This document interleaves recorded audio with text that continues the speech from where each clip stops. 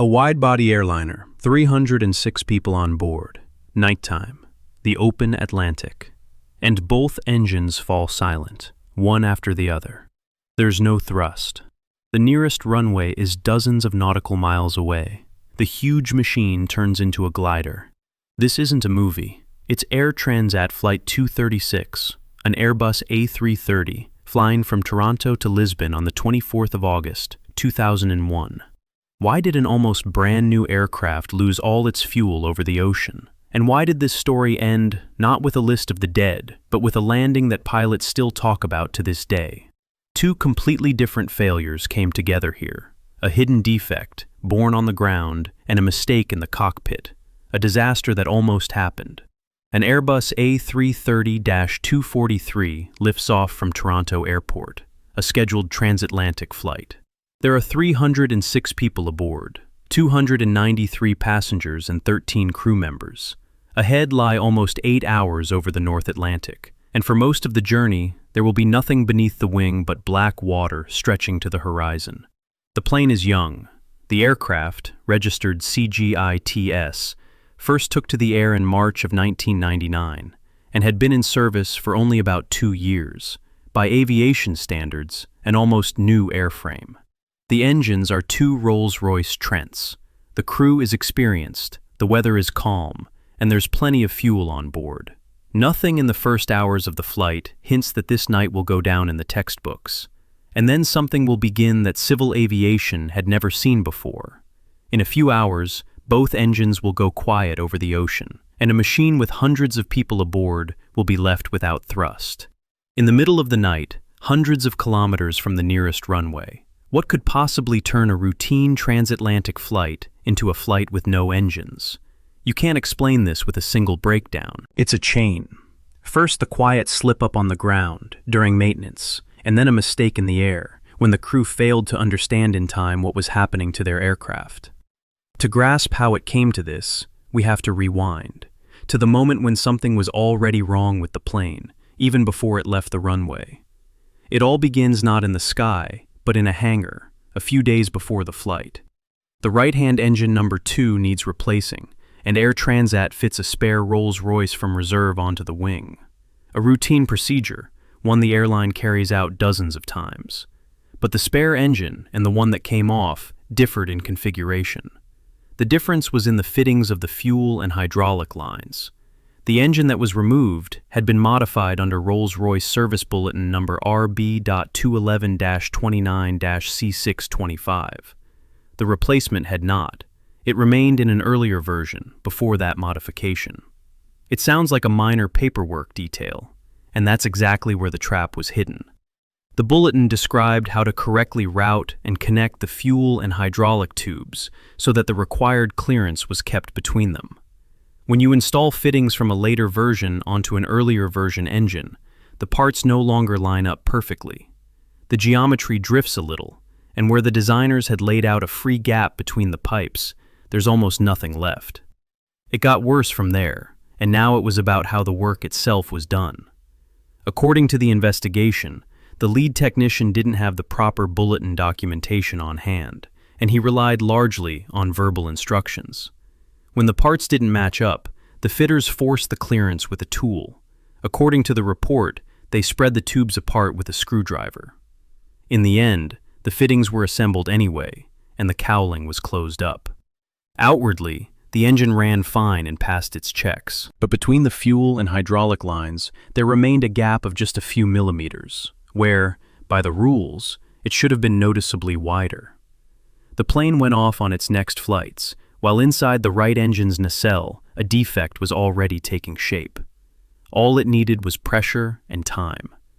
The aircraft's hydraulics live under enormous force, around 3,000 pounds per square inch. Under load, the flexible hose expands slightly and shifts a little to the side. When the pressure drops, it returns. On a healthy engine, it has nowhere to touch the neighboring tube. There's a margin between them. Here, there was no margin. That gap of mere millimeters disappeared every time the system reached working pressure. The hydraulic hose touched the fuel line, then pulled away, then pressed against it again. Cycle after cycle, flight after flight. metal rubbed against metal at the same spot. A contact like that doesn't destroy the tube instantly. It works slowly, like a file, shaving off metal layer by layer, leaving characteristic grooves. The wall of the fuel line behind engine number 2 grew thinner, until a weak zone formed within it, ready to split under the pressure of the fuel. Later, taking the fittings apart, investigators would see this with their own eyes. The report would carry a dry phrasing. The marks on the tube were directional and, judging by their nature, were left by repeated contact with a blunt object. Not a random blow, long, systematic friction. And the most insidious part is that the defect is invisible. No warnings on the instruments, no outward signs. On the apron, the engine looked perfectly healthy. The tests were normal. The documents were signed. No pre-flight check would peer inside a closed nacelle and see that one tube was slowly cutting into another. So the plane went up into the sky again and again, with a ready-made point of failure in its right engine. All that remained was to wait for the flight on which the worn wall would give way. That turned out to be the Toronto-Lisbon crossing on the night of the 24th of August. At around 4:38 Greenwich Mean Time, about 4 hours after takeoff, the weakened section finally splits open. A leak appears in the line behind engine number 2, and fuel pours out, straight into the slipstream. The rate is enormous, on the order of 13 tons of fuel per hour. And the cockpit is still quiet. The system gives no direct leak signal. The crew notices the first oddities a little later. At around 5:03, the pilots see unusual readings on the right engine. The oil temperature is unusually low, while the pressure is high. The signals are scattered and don't add up into a single picture. The cold fuel escaping overboard passes through the heat exchanger and throws off the oil parameters, but connecting that to a punctured fuel line on the fly is nearly impossible. There are 2 men in the cockpit. The captain is Robert Pichet, 48 years old, with around 16,800 flight hours, of which roughly 796 are on the A330. Beside him is First Officer Dirk de Jager, 28 years old, with about 4,800 hours, around 386 on this type. A solid crew, but neither of them had ever faced exactly this combination of symptoms before. The crew does what it should, analyzes the readings, cross-checks the systems, tries to understand what kind of anomaly this is. The leak theory doesn't look obvious at this stage. The fuel burn seems to be within reasonable limits. There's no direct warning, and the strange oil figures are easier to write off as finicky sensors than as a hole in the fuel line in the middle of the ocean. Here it is, the key fork in the whole story. Right now, the problem is still solvable. Recognize the leak early, and the fuel can be saved, and the plane can calmly reach an alternate airfield. But the aircraft is losing fuel by the ton every hour, while in the cockpit, they think it's just baffling numbers on the gauges. The real alarm will sound only when the fuel automation steps in, and it does step in. Between 5:33 and 5:36 Greenwich Mean Time, a new warning lights up on the display, a fuel imbalance between the wings. The left wing is now noticeably heavier. There's distinctly less fuel in the right tanks. For the crew, this is an understandable, routine nuisance with a well-practiced procedure. The logic is simple and, in an ordinary situation, correct. Less fuel in one wing, pump it over from the other and even out the balance. That the right tank isn't just slimming down, but literally draining out through a hole, the pilots have no idea. The earlier fuel checks were normal, and at this moment, no one is thinking about a leak. And here comes the second mistake in the chain, this one human.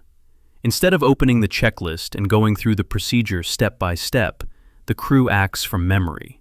The pilots know the balancing commands by heart and carry them out without referring to the book. In a calm situation, that would have gone unnoticed. Not now. To even out the balance, the crew opens the crossfeed, the link between the fuel lines of the left and right wing, and drives fuel from the heavy left tank into the light right one. The intention is good, remove the imbalance. The result is exactly the opposite. And that's because the fuel from the right system feeds precisely the engine whose line is punctured. By pumping fuel from left to right, the crew, without knowing it, sends the left wing's reserve straight into the leaking line. And that reserve, just as freely, escapes overboard. If before the plane was losing only the right wing's fuel, now the entire supply is at risk. The command meant to save the balance speeds up the overall loss. The pilots still don't realize that with their own hands, they've opened the road to draining the tanks. They'll see it in the numbers and won't believe them. At around 5:54 Greenwich Mean Time, the fuel gauge shows something that should never happen. The fuel is vanishing faster than any conceivable cruise burn rate. The numbers on the display are dropping too steeply to be trusted without question. And it's this distrust that becomes the new trap. The crew leans toward the idea that the indication itself is faulty. The data simply looks too wild. A healthy A330 just can't burn fuel at this rate. The pilots reconfigure the fuel feed again, work the cross feed again, but they see a computer or sensor glitch in what's happening, not a real leak overboard. In the investigation report, this moment is written plainly, without softening. The crew did not recognize the fuel leak. The picture was right there in front of their eyes, but they read it into the wrong theory. And while the pilots wage war on an imaginary electronics glitch, the real trouble, the punctured line, silently empties the tanks. And those minutes are worth their weight in gold. Every attempt to fix the sensors leads away from the one correct action, closing the crossfeed and admitting the leak. Psychologically, it's understandable. All their training conditions them to trust the procedures and to look with suspicion at numbers that defy common sense. And common sense kept insisting, a new plane cannot lose fuel by the ton every hour. That said, the crew didn't sit on its hands. As early as around 5:45, seeing the mounting problems, the pilots declare a diversion to an alternate airfield. The nearest suitable runway is La Hisse Military Air Base on the island of Terceira, in the Azores archipelago in the middle of the Atlantic. The plane turns toward it and begins its descent. But diverting to La Hisse and understanding the true cause aren't yet the same thing. The crew flies toward the island, still convinced they're fighting an indication fault and not a leak. And the fuel reserve, which should have been more than enough to reach the Azores, is melting away before their eyes. Soon the cockpit will be swallowed by a silence that can't be blamed on a computer. At 6:13 Greenwich Mean Time, the right engine number 2 flames out. There's simply no fuel left in it. What had been escaping into the punctured line for hours ran out first. The plane is at an altitude of about 39,000 feet, with the La Hisse runway roughly 150 nautical miles away. And now, all doubt falls away. This isn't a sensor's whim or an indication glitch. This is vanished fuel, real and irreplaceable. The theory of a computer fault collapses instantly. A computer won't shut down an engine by starving it of fuel. The crew finally sees the true scale of it, at the worst possible moment, when half the thrust is already gone. Now the A330 flies over the Black Ocean on a single engine, the left one. The plane is still flying and responding to the controls, and in theory, a single engine could carry it to the island. But the tanks are emptying, and the same relentless process that killed the right engine is closing in on the left. The reserve for the whole route has shrunk to a matter of minutes of flight. At 6:23, a mayday goes out over the air. The crew reports the critical situation to controllers and requests everything for an emergency landing at La Hisse. On the ground, they prepare to receive the stricken airliner. The military base mobilizes its emergency services. In the cockpit, it's a race against time and against the fuel gauge. The pilots stretch toward the island, conserving altitude and speed, squeezing maximum range out of the remaining fuel. Every extra minute the left engine runs means dozens of miles closer to the runway that won't have to be covered as a glider. But there's almost no fuel left in the left wing either. The plane is still under power, still in its familiar mode, yet the fate of the second engine is as sealed as the first. The only question is at what altitude and at what distance from La Hisse it too will go quiet. The answer comes at 6:26 Greenwich Mean Time. The left engine number 1 flames out as well. The tanks are finally empty. La Hisse is about 65 nautical miles away. the altitude around 34,500 feet. A wide-body airliner with hundreds of people on board is left without a single working engine in the middle of the nighttime Atlantic. With the loss of both engines, everything changes.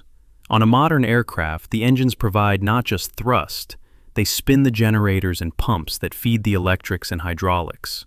The engines go silent, and most of the systems lose power. For just such a case, a ram air turbine deploys into the airstream, a tiny windmill that puts out the bare minimum of energy for the essentials, the controls and key instruments. 200 tons of metal now fly on aerodynamics alone. In this mode, the A330 has a glide ratio of about 15:1. For every meter of altitude lost, it travels roughly 15 meters forward. That sounds encouraging, but there's a flip side. Altitude is now finite and irreplaceable. Every minute of descent brings closer not only the island, but the ground. Flying a glider like this is hard.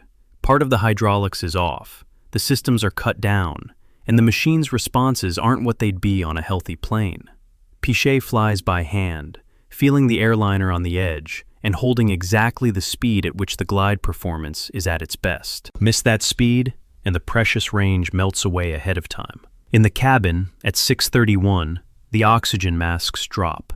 The pressure and systems in the cabin are no longer what they are in normal flight. For the passengers, this is the moment when an abstract dread becomes tangible. The flight attendants prepare people for an emergency landing, moving down the rows in an almost dark cabin where the familiar hum has vanished. And the hardest thing about this silence is that it's irreversible. There's no thrust left, and there won't be. There's no going around, no gaining altitude. The crew has exactly one attempt to reach the runway and land, on the first and only approach. Without engines, Flight 236 spends about 19 minutes in the air. In that time, the plane covers roughly 120 kilometers in a straight line, from the point where the last engine fell silent to the island of Terceira with its airbase. 19 minutes on pure aerodynamics, without a single drop of thrust. For the cockpit, it's continuous, draining work without a break. Pichet and de Jager simultaneously hold the optimal speed, calculate the trajectory to the runway, and fly a machine with cut-down systems. Lose speed and you lose range. One extra maneuver and you lose altitude you can't get back. The plane goes like an arrow with a limited range of travel, and the math here is harsh and works both ways. On one side, you have to reach the runway without dropping into the ocean too soon. On the other, a glider this size comes out to the island too high and too fast. There's nothing to bleed off the excess energy. There's no engine reverse, and the wing's high-lift devices work only just barely. To shed the surplus altitude and speed over the target, the crew goes for energetic maneuvers, turns, and a descent on a steep trajectory right by the airfield. It's against instinct. The hand reaches to preserve altitude, yet it's precisely the excess of it that keeps them from landing. The pilots deliberately bleed off the surplus, bringing the machine to the runway in parameters where a landing is still possible. And all of this at night, over the ocean, in conditions no ordinary simulator scenario prepares you for. The captain would later admit that he acted largely on intuition, on general flying experience, a ready-made instruction for how to land a fully powerless wide-body glider simply didn't exist. Later, this flight would earn its own line in aviation history, the longest glide of a passenger airliner with no working engines. But in those minutes, no one was thinking about records. Ahead lay the Lajes runway, and a landing with no thrust, no normal brakes, and no right to error. At 6:45 Greenwich Mean Time, the landing gear of the A330 touches runway 33 at Lajes Air Base. They made it. But that very energy they had to carry to the last turns into a hard, almost impact-like landing. The speed at the runway threshold is around 200 knots, noticeably higher than the normal landing speed for such a machine. The first touchdown comes about 300 meters past the threshold. The machine slams into the concrete and bounces, a short hop, followed by a second touchdown, harder still. At that speed and weight, the loads on the gear struts are enormous. The structure takes a blow it was essentially never designed for. Then comes the fight to stop. The anti-skid, the automation that keeps the wheels from locking, sits idle without normal power. Under hard braking, all 8 main wheels lock up and skid. The rubber grinds against the concrete, the tires deflate and tear apart within a few dozen meters, and the metal rims wear down almost to the axles. The plane races down the runway on locked, disintegrating wheels, trailing a plume of burning rubber and sparks. The crew holds the machine on the center line, keeping it from leaving the concrete. The huge airliner bleeds off speed and finally comes to rest, having run more than 2 kilometers. But even stopping doesn't mean it's all over. In the main gear wheels, glowing hot from friction, a small fire flares up. On board, hundreds of people in a powerless cabin. Beneath the wing, wrecked landing gear and a damaged lower fuselage. The plane stands on the runway, and now the main thing is to get the people out as fast as possible. Emergency teams from the base are already rushing to the aircraft. An emergency evacuation begins. The doors swing open, the inflatable slides deploy, the passengers are led out of the cabin into the night. The very thing the crew stretched all those engineless miles for has finally become possible. The airliner is on the ground, and the people have a chance to simply get out. The main outcome of this night fits in a single line. Of the 306 people on board, not one died. A plane that had been losing fuel for hours, that ended up without either engine and landed as a glider in a hard touchdown, brought every passenger and the entire crew back to the ground alive. Of course, it didn't pass entirely without consequences. During the evacuation down the inflatable slides, as almost always in such cases, some people were injured. Most were minor, bruises, scrapes, sprains, the kind that are inevitable when hundreds of people hurriedly leave a plane in the dark. 2 passengers were hurt more seriously, but even their lives were never in danger. Against the backdrop of what could have happened, these numbers barely fit in the mind. A wide-body airliner, left without thrust at night over the open ocean, had every chance of becoming one of the largest air disasters of its time.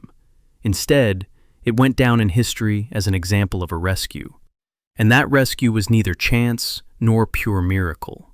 Several things came together. The failure struck the plane within gliding reach of an island with a suitable runway. The A330's large wingspan gave it a decent glide ratio, and there was the skill of the crew, who carried the powerless machine all the way to Lagos and landed on a single approach. And it's here that the story takes on its bitter duality. The decisions in the cockpit that worsened the fuel loss and hastened the engine shutdowns, and the landing that pilots around the world would later admire. These were the work of the very same hands. Those who failed to recognize the leak and pumped fuel into a leaking system saved everyone on board an hour later. So this story gives no simple answer to the question of who's to blame. Right after the landing, the picture looked almost clear-cut. The flight had nearly been doomed by human error. But the real cause lay deeper than the mistakes of that night. To find it, the investigators had to walk the whole path back, from the burned wheels on the Lagos runway to the hangar where the engine had once been changed. The case fell to the Portuguese Air Accident Investigation Authority, the GPIAA. After all, the landing had happened on Portuguese territory, in the Azores. Specialists joined in from Canada, the airline's country, and from France, home to Airbus. The task before them was a rare one, to investigate not the loss of a plane, but its salvation. The first thing that caught the eye was the crew's actions during the fuel imbalance. The recordings showed that the pilots, faced with the warning, carried out the balancing procedure from memory, without opening the corresponding checklist. That was exactly what led to opening the crossfeed, through which fuel from the left wing flowed into the right, already leaking system. The investigators' logic at this stage is clear. Had the crew suspected a leak earlier, had they not started pumping fuel, the loss would have been far smaller, and the plane might have reached Lagos still under power. The chain of cockpit errors lengthened and sharpened the situation, and in the first assessments, human error looked like the central link. But an experienced eye saw something else as well. The signs the crew faced that night added up to a deceptive picture. Not a single direct signal of a leak, but a mass of readings leading them astray. This wasn't negligence. It was an atypical situation, read incorrectly. So pinning it all on the crew meant stopping halfway. Even the harshest diagnostic error didn't answer the main question. Where did the leak come from in the first place? Fuel doesn't escape from a healthy system. Somewhere in it there was a hole, and its appearance had nothing to do with the pilot's actions that night. The investigation moved toward engine number 2, toward its fuel line and its maintenance history. The full picture would come together only when the engineers reached the worn tube and matched it with what had happened in the hangar. The final report would be made public on the 18th of October, 2004, more than 3 years after that night over the Atlantic. The source of the leak turned out to be that very worn fuel line behind engine number 2. Matching the damaged tube against the aircraft's maintenance history, the engineers traced it to the engine replacement shortly before the flight. The spare engine and the one removed differed in configuration, and the fittings of the fuel and hydraulic lines came together during installation not as they should have. The main conclusion? The installation did not fully follow Rolls-Royce Service Bulletin RB211-29-C625, the very one that prescribed the safe clearance between the tubes on engines of different modifications. In reality, the clearances were never properly checked or ensured, and that's where the chafing came from. The organizational side came to light too. The performers didn't have the necessary documentation at hand. The work proceeded largely on verbal instructions, and the mismatch of parts was forced out with an improvised method, a tool. Each link on its own, a trifle. Together they formed that very chain that led to the leak. The airline bore the responsibility. Air Transat was fined 250,000 Canadian dollars, at the time the largest fine for a regulatory violation in the history of Canadian civil aviation. The figure showed just how close the flight had come to tragedy. In the final wording, the cause ceased to be crew error or technician error taken separately. It was a chain of factors, the classic Swiss cheese. A hidden defect from a maintenance error, overlaid with a diagnostic error in flight. Each layer of defense had its own hole, and that night all the holes happened to line up in a single row. Understanding this chain became the main result of the investigation. The plane is intact, the people are alive. But reduce the findings to a fine for one airline, and the industry would have learned nothing.